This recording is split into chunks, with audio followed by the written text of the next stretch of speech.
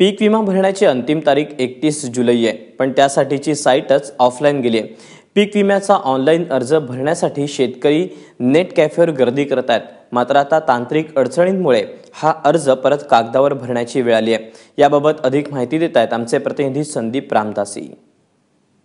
सध्या बँका ज्या आहेत त्या सर्व बँकांमध्ये सुद्धा या ऑनलाईन पीक विमा भरण्याची प्रक्रिया जी सुरू होती तिला 1 ऑगस्टपर्यंत स्थगिती देण्यात आलेली आहे।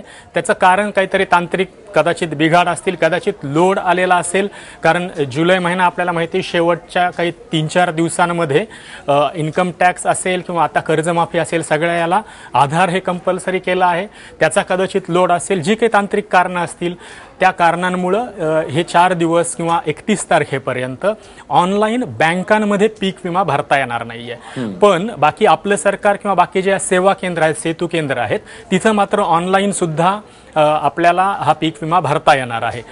ऑफलाईन जे पीक विमा भरायचा आहे बँकांमध्ये जर का काही अडचणी आल्या, बँकवाल्यांनी जर का शेतकऱ्यांचे असे अनुभव असतील की काही कारण सांगितले तर त्यांना असं सांगता येऊ शकतं की एक नवीन असं म्हणूयात आपण फॉर्मॅट जो आहे, व्हर्जन जे आहे पीक विम्याचं ऑफलाईन भरण्याचं अपडेटेड, त्याची सुविधा तिथे केलेली आहे, ज्याच्यामुळे ती प्रोसेस पण अत्यंत सुकर आहे असं आयदर कृषी विभागाच्या वतीने सांगण्यात येतं किंवा आपल्या कृषी आयुक्तालयाकडनं सांगता येतं।